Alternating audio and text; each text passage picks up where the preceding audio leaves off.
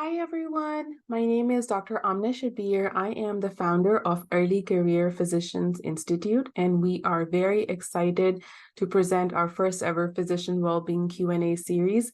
We have invited an amazing guest for you today who will be sharing a lot of legal pearls. Her name is Suzanne Ravlin. She is a seasoned healthcare attorney.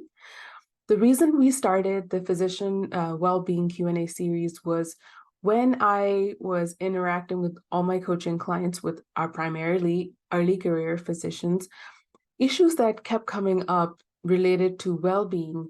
A lot of those were actually legal questions, like what do I do if I'm in this bind or that bind? And for some of my clients, J1 waivers and J1 visas and contracts are really big problems that stay in the middle of where we are in terms of our happiness and wellness to where we want to get. And some of these questions really need to be answered. And we hope that today's session is going to provide you with that insight.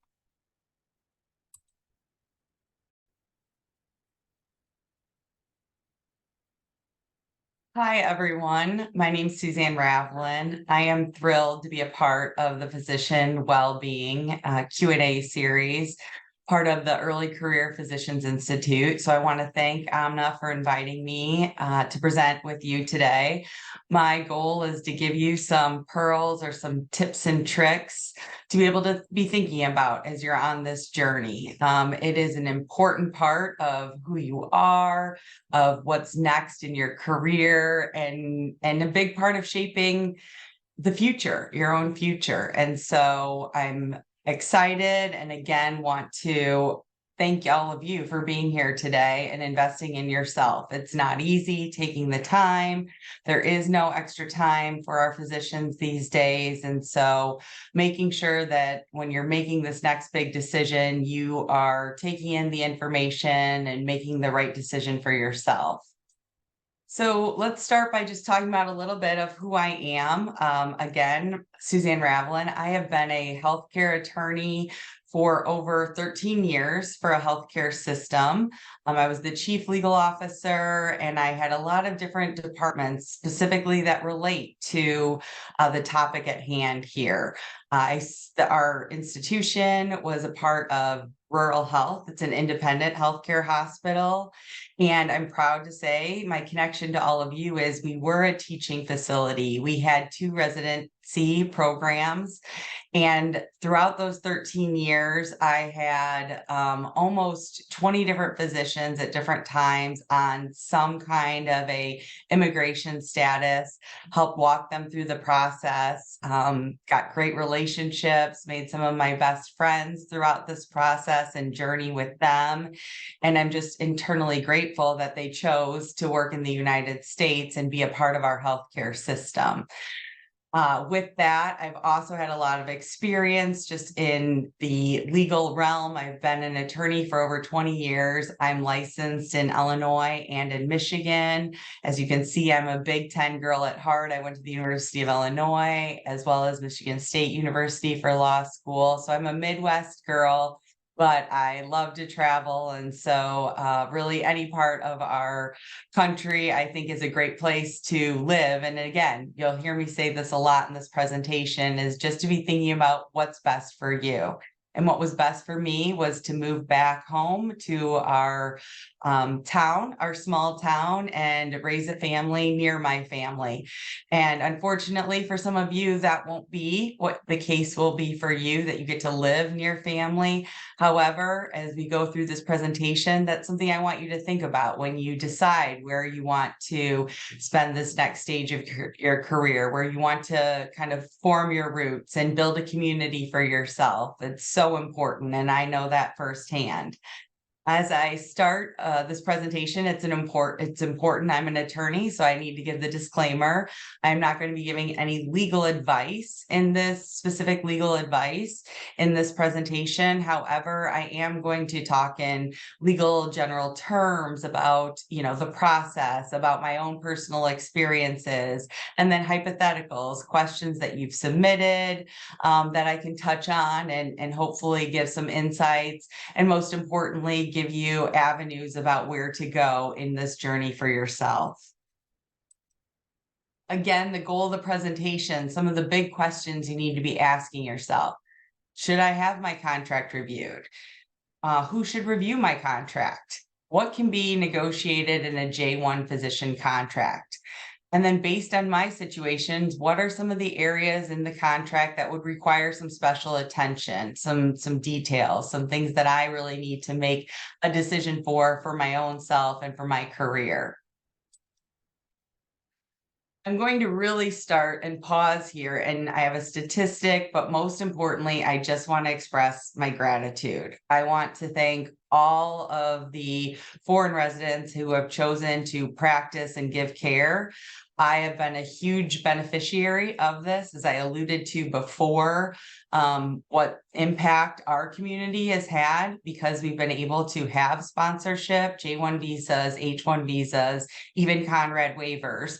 And it has helped not only myself personally, but my family members to receive some of the best care really in the world, because of the nature of what the physicians that we work with, because of their choices and where they, had to pick, they were limited in where they could pick where they worked. And luckily for me, they chose our small town, and it has been, made an incredible difference for our community. And again, for myself personally.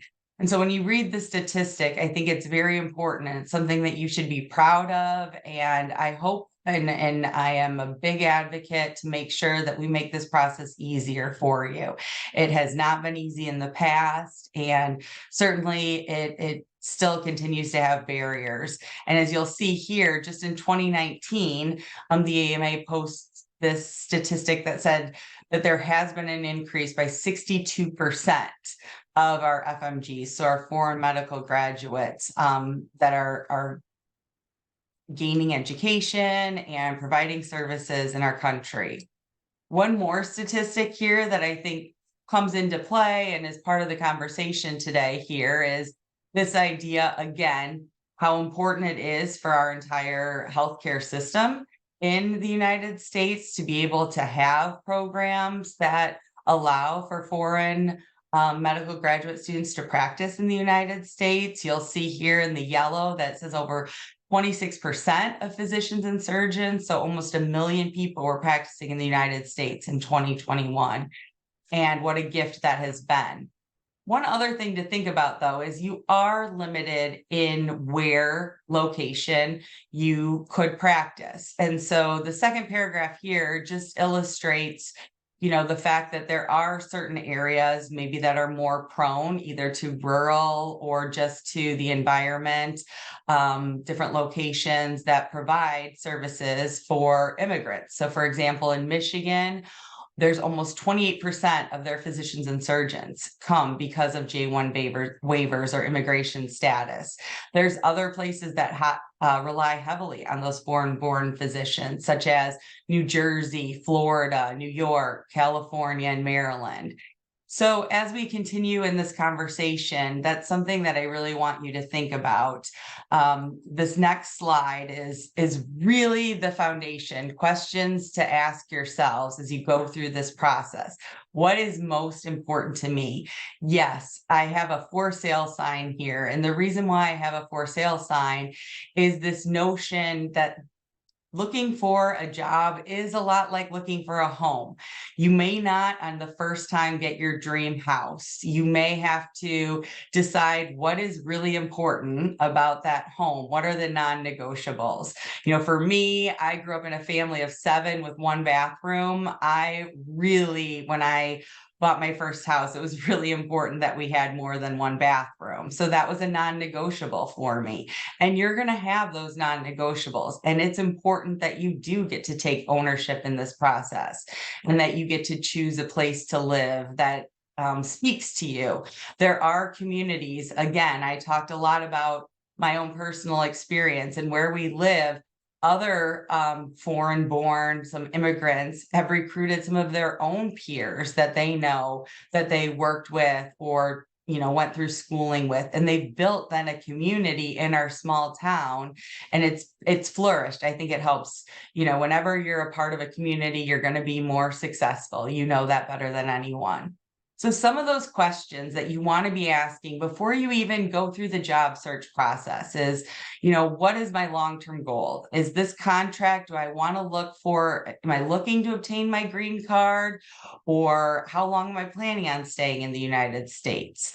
What's my family situation? What's my future family situation? I know for a lot of residents, it all kind of happens at once for you because you've been so focused on schooling that that's been the priority. And now it's kind of this new start, new chapter to your life.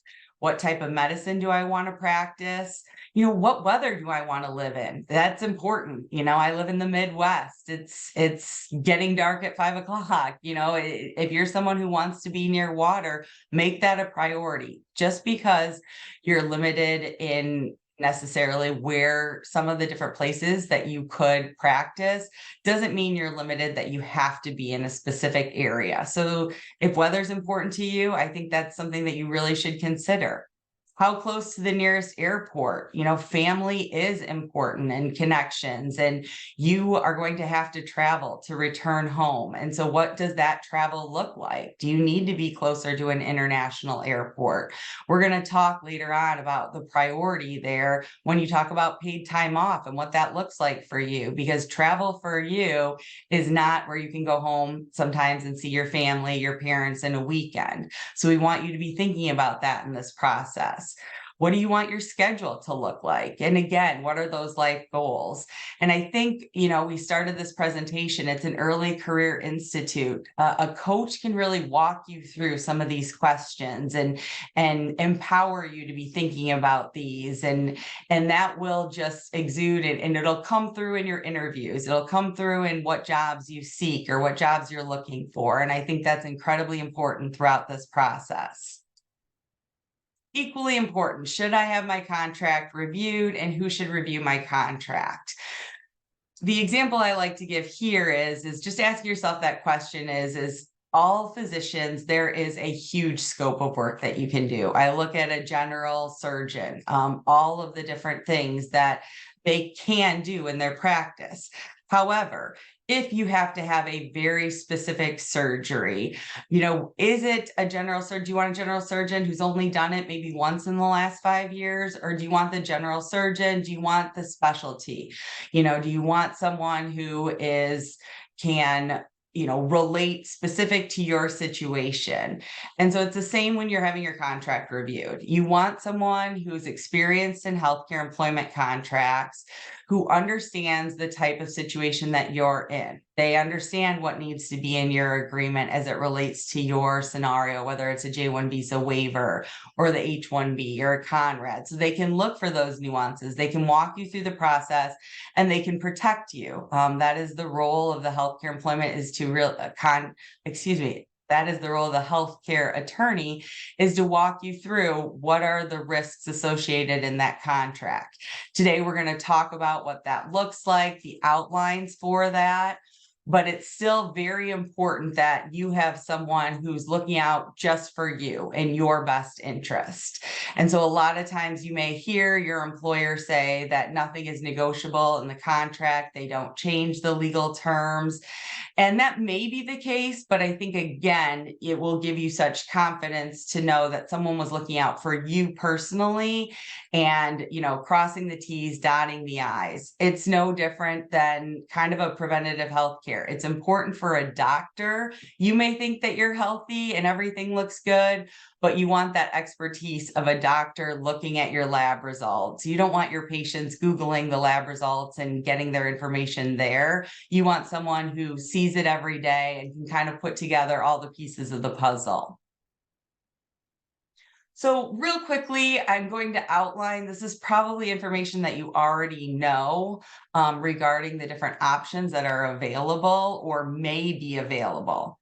every circumstance is different. You know, we just talked about patients, and when you are, you know, doing a well child check or a Medicare visit as a family practitioner, there is specific things that you need to look for. However, it doesn't always tell the whole story. And so that's why, again, it's important to know what your story is and have people give you the guidance as a result of that, so you can make decisions on what is the best route for you to take. So the examples that I'm going to give right now is just a J1 visa waiver. So it doesn't require as much work for an employer as an H1B does. They don't have to do an LCA, a labor condition agreement. There's less work and onerous on them. However, that is not what's going to get you to a green card, a long-term process.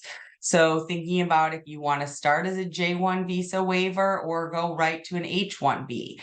And there are circumstances, again, where you may not have an option. It may need to first be a J1 visa waiver and then work into the H1B. And all of that is okay as long as you know what it is that is best for your situation.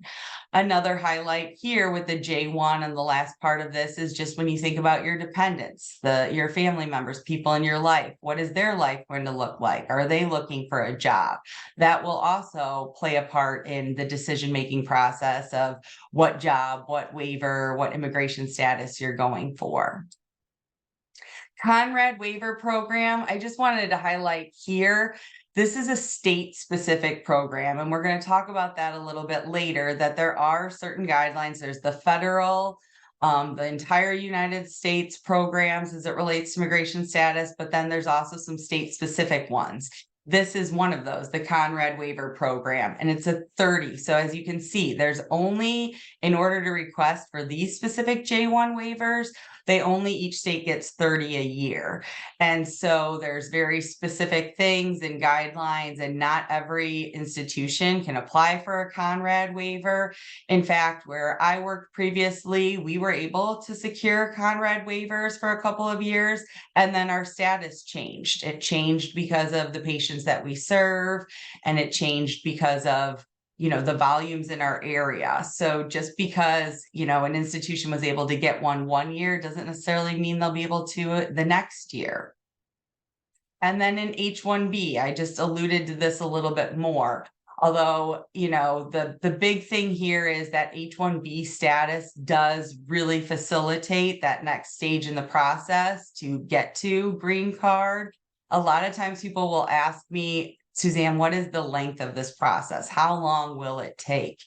And the answer is not one we want to hear. It depends. You know, it looks a little bit, every situation is different. Again, I'm going to compare it to a patient. Even though the patient may look, two patients may look the exact same, there are those nuances. It could be the country of your origin that changes the timeline, the state that you live in.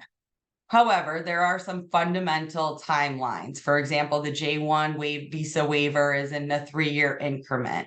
You know, there has to be 6 years fulfilled as an H1B status to go to the next step. Again, I've seen it personally firsthand, where I had physicians from one country of origin that were able to go through this process within 7 years, and another physician that it took 15 years because of the country of origin, because of the political climate, because of the volume from that country. So it is different, but it is something that you should ask. It's a question that the immigration attorney will be able to answer and tell you kind of what the current state is for your circumstances. I always like to have a little bit of fun. If you're listening to this, you may not be able to see it, but it's just a pictogram, and it's a TV show. And so it's through 2 pictures to try to show you what, for you to guess what is the TV show. And you'll see it's a city in Illinois and a fire. So the results is Chicago fire. And I put this in my presentation because sometimes when we start talking about a conversation that's as complex as this and kind of creates anxiety, it's always good to pause, just, you know, take a moment, do a trivia question. So what can be negotiated in a J1 physician contract? Well, I think the important thing to know first is to talk about the type of employment arrangements that exist. Typically, what we see in our healthcare environment today is there's employed physicians by the hospital and the healthcare system. There are private practices, independent contractor, private equity owned, telehealth. We're starting to see other people get into the market, Amazon, Walgreens, employing physicians. However, what I would say typically, a large percentage of the time when we're dealing with immigration status, it's going to be through an employed physician by a hospital or a healthcare system. And a lot of that just has to do with the nature of what's allowed and how you're able to get that status, deals with things like rural health and understanding who are the patients that you serve. I do want to pause real quickly here, and I like to share this story because, again, I think we tell ourselves stories about limitations regarding, I'll just say, a J1 visa, and we say, oh, you can only work in a rural environment.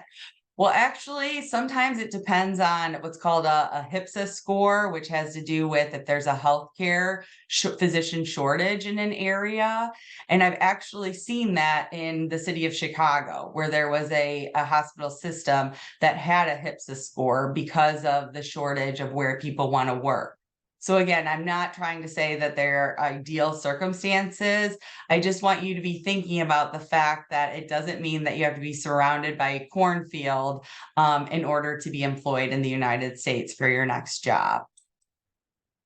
So nuts and bolts, when I do any kind of physician contract presentations, I just like to have this out there that these things should always be in an agreement. The type of employment you're going to participate in, what are the duties, what's the term of employment, what does the termination look like, medical malpractice insurance, restrictive covenants, that's your non-competes or non-solicitations, compensation and benefits, and then indemnification clauses are all really important that those areas get reviewed and are looked at to make sure it's in the best interest of not only the employer, but also yourself. And you understand what those clauses say. One of the things, there are certain requirements that have to be in a J1 waiver visa contract. And if you want to screenshot this slide that's in front of you, here's the best way I think to utilize this slide is the idea that if you receive a contract from an institution or a private practice or something that is telling you that they're part of a J1 waiver visa program and these 5 things aren't in here, that's a red flag or an orange flag. You need to kind of pause here and maybe ask more questions. I think it's very important as you go through this process to find out if the institution has ever gone through the process before. If so, are you able to talk to the experience of some of the physicians? Ask them how it was working with their immigration law firm and what the experience had been for them throughout the process. But again, a J1 waiver, these are the specifics. It has to have your service site, which makes sense because of the fact that in order to get this waiver, you have to show you're providing these certain services. You have to be a full-time employee, and it has to state that in the contract, at least 40 hours per week. Now, my caveat here is I review a lot of hospitalist contracts that have J1 waiver visas. Well, a hospitalist schedule is typically 7 on, 7 off. That doesn't mean they're working, 40 hours every week, but it's an average. The biggest thing is to be able to say that you're the full-time employee. The contract must be for 3 years. So you can't get out of the contract for giving a 90-day notice. Neither party can. It has to be dedicated for 3 years so that you're able to go through the next step of the process. Physicians must agree to begin employment at that approved service site within 90 days of receiving your waiver. That must be language that's in the contract and that you will be doing. And then until the physician completes that 3-year commitment, you're providing services, again, at that site to those patients specified in the contract and in the manner specified in the employment contract. So what can I negotiate in a physician employment agreement? Again, this is a slide that I walk through with my clients and we talk about and even kind of rank what are the most important things here to them. How can we, negotiate that into the contract? What do we want to negotiate and prioritize? And so I think a lot of times with residents who are going through this process, you think you have to take whatever agreement is given to you, or even oftentimes the employer will say nothing can be negotiated. Well, this is the next slide for you that I want you to, save or think about as you go through this process. It's the exact same list. However, I've put red in here for areas that you can't change in your contract that are limited to you. And that is your practice services that you're going to offer, the location, that practice assignment, the term of the agreement, are all areas that cannot be negotiated. What else you will see though is a lot of white and yellow. Yellow means, there's a potential here of negotiation, but white means let's go, let's negotiate it. And so again, there's a lot here in this slide, hopefully that empowers you to make sure that you are getting what is best for your situation. So your patient care schedule, yes, you have to be full-time and you have to work 40 hours, but if every other family medicine's contract says that they're going to do 36 direct patient care hours with the 4 hours of admin time, that's what yours should say as well. And it is kind of laughable to say 4 hours of admin. My friends do about 4 hours of admin a day, not a week. But again, my point here is there are options to your schedule. Outside activity. So this one is in yellow. And the reason for that is it depends on your immigration status. So for example, if you're under a J1 visa waiver, you're not going to be able to work anywhere else. You're only limited to that employer, the location that's specified. If you're on an H1B status, you actually have the opportunity to potentially work multiple jobs. They still have to be employers that have the same conditions. Each employer has to agree to it. But sometimes I do see that. I gave the example of a hospitalist earlier, and we do see hospitalists that maybe will work that off week at another institution, or, potentially physicians that, do call at other institutions. So that's kind of in the yellow category for negotiations. Certainly your call schedule, how they handle electronic medical records, that's something that if it's important to you, we want to get it in the contract. The other thing that I just want to make clear to everyone on this call is you cannot be discriminated against, period. And you should be able to feel like you're getting a contract the same as everyone else. Again, are you limited in those red areas? Yes. But those don't reflect what your work life is like, what the staffing ratio is like, what your pay is like. And so if you are ever in a situation where you feel that you are not being treated as an equal physician to your peers in that group, I would highly advise you to, just seek counsel, talk it out with someone, talk it out either with a career coach like Amna, give me a call, trying to figure out, because it's not okay for you to be in a situation that you're uncomfortable with or you're not feeling valued. Again, without cause termination and for cause termination.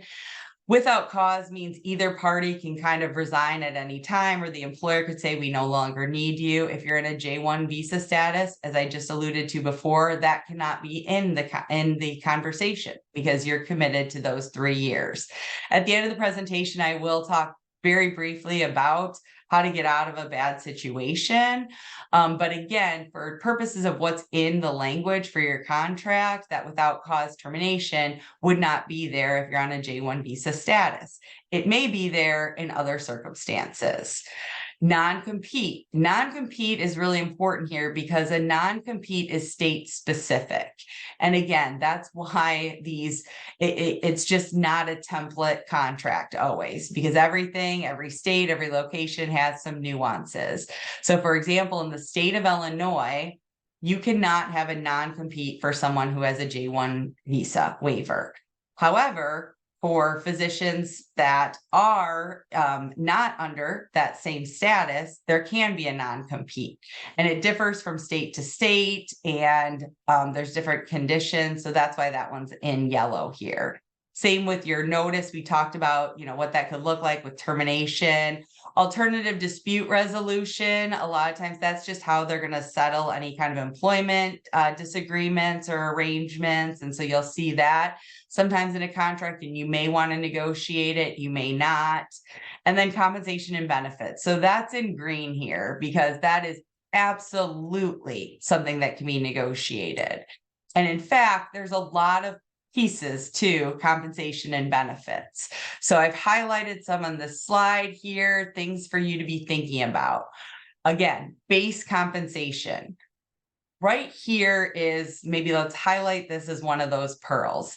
If you're on a J1 visa, you've signed a contract for 3 years. It's really important for me when I'm negotiating for physicians that they're not at a set salary for each year. It should increase. There's cost of living increases. And oftentimes that can be missed. They can just say that you're on a straight salary, you'll be paid $230,000 for the next 3 years. And I think that that is something that should be negotiated. Productivity is a big one. You want to really pay attention to, if there is these extra pay components, how are they measured? And this is where I like to kind of spend a little bit of time just for you to be thinking about this idea of, traveling, vacation, taking a trip home, emergency family trips. If you're on a productivity model and they're measuring your productivity by a month or by a quarter, when you have to go home, it is not a weekend trip. It's not a 4-day trip. It is a significant chunk of time that needs to be taken off. And so you need to think about that when you're talking about productivity or what the paid time off looks like. And it should be negotiated for you. And it's always better to have that conversation up front than when you're in the middle of it. So certainly there's ways to negotiate even productivity where you're making it an annual amount versus a month to month. And it still can kind of create the same results, but certainly change how you feel and the stresses you feel. And so I talk about that a lot, not only with, physicians that I work with that are dealing with immigration issues or have family members in parts of the world that are difficult and take a lot of time and resources to travel to. The other group I always talk about paid time off productivity are females and maternity leaves. And so that is always something you feel like you can't really have that conversation when you're interviewing, but it is something that can be fleshed out throughout the contract process. And sometimes knowledge is power, and understanding what that looks like for your future can help you to plan going forward. Signing bonus, retention bonus, relocation bonus, everything else on this list. One of the big things I also want to make known is, again, you should not be discriminated against. You should not be treated differently, get less pay or less benefits, less bonuses because of your status. The final thing that's really important to talk about here is this last one, which is the immigration fees and attorney fees. We want that highlighted in the contract, the specifics. Are there thresholds? Is there a certain amount they're going to pay for? How does that interaction take place? One thing about your contract that you have to know, and it's similar to what you tell your patients, is as much as the physician can help you in your health journey, they can't do it for you.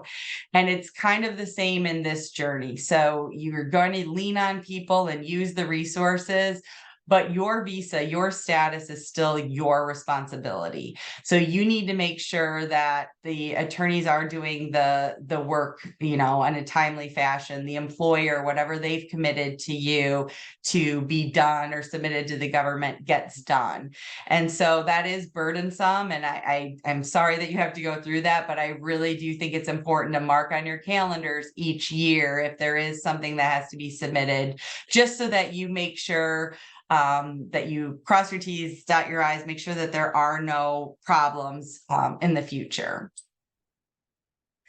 There's a lot to the strategy of compensation negotiation, and that's not necessarily what we're here for today. But I put this on here because one of the things that I do think is important is, as much as you are limited in potentially where you can practice medicine, one of the things is that you might be going to places that can't recruit physicians. And so you're in a place of negotiating power.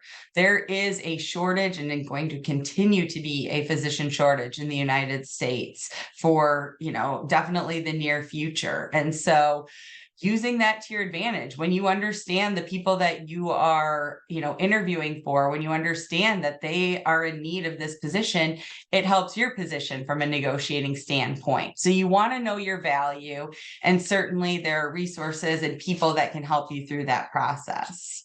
All right, one more quick kind of fun, what is this TV show? And it is Cash Cab. I highly recommend, if you haven't seen it, I think you can, watch the old episodes. It's a fun trivia show. All right, moving along. Based on my situation, what are the areas in the contract that require special attention? This is a slide that before you sign a contract, or at least at a minimum as you're going through the process, I really want you to think through these questions, walk them through with a coach. Asking an employer if they ever sponsored a physician before. Who is going to be your primary contact when you have questions, when you have papers that you need signed, when an emergency situation happens? Who do you go to? Who's the immigration firm that you're going to be working with? In fact, I think it's completely appropriate to talk to them throughout the process when you get a contract, or sometimes they'll wait for the signed contract, but that might be your first call. Compensation, we talked about that earlier. What does it look like over a 3-year term?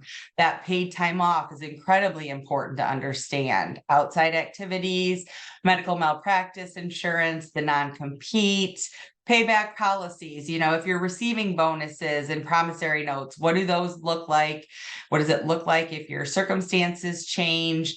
And then this last one is just something that I really encourage all of my physicians to make sure, especially with an immigration status, that you have a tax consultant.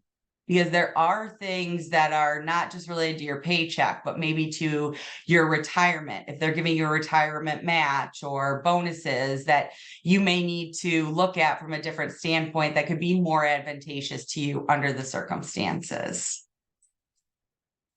So what's next for you?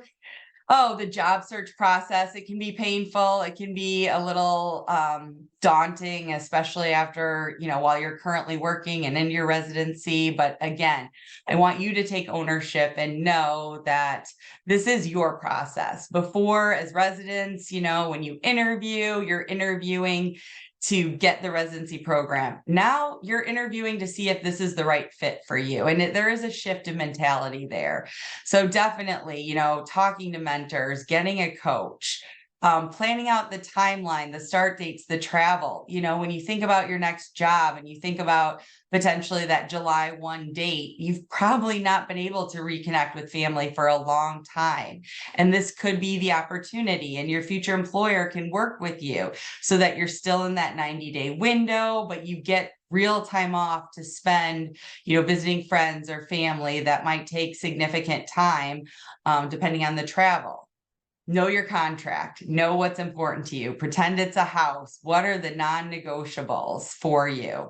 Again, we mentioned this when we were talking about the immigration attorney. The sooner you can meet with them and explain to them what your goals are is really important to the process. And creating your own little, workbook as to what is it that you have that you're trying to accomplish in the next 1, 2, 3 years. I just mentioned the job search, job applications, and interviewing. If this causes you, I always ask my residents, which causes more anxiety, thinking about dating or career search. At the end of the day, it's a very similar process. It's knowing what you want, and it can be, it can be kind of frustrating at times. It can be fun at times, but the biggest thing is to know yourself and know what you want. And again, it's a rural physician program. You're going to communities that are in need of your services. And so, picking a place that feels right to you is important. And you may be asking yourselves, where do I even start? This is one good resource, a governmental resource, 3RNet, where you can go. You can register for free, and it will show you specifically, you can kind of drill down to your status and what you're looking for. This is my website here, and I tie it to the job search process, because what I've been doing lately, especially since it's 'tis the season, although it's always interviewing season, really, is this idea of going through a free job interview coaching. So we spend roughly 30 minutes together, and we really practice what it looks like when you are interviewing, whether it's a live interview, a Zoom interview. The more that you practice, the more secure you'll be, the more confident you'll be, and that will show in the interview. So I really love to make that connection. It's something that I really enjoy doing, and it's a lot of fun and beneficial to the physicians. So at this point, we've answered a lot of the questions that have been submitted. If anything, I'm hopeful that you're feeling a little bit more empowered in this process about what it is that you can look for in your next job, career, place that you're going to work, and then understanding then what are going to be the priorities in that contract and how to make it possible. I am grateful that there are people like Amna out there that are understanding that physicians, residents have no time to process all this, that this is new, that this is during stages of their life, that they don't have time to be thinking about all of this. And so we're here to help. We're here to be a resource. We are here to try to make this process as least painful as possible.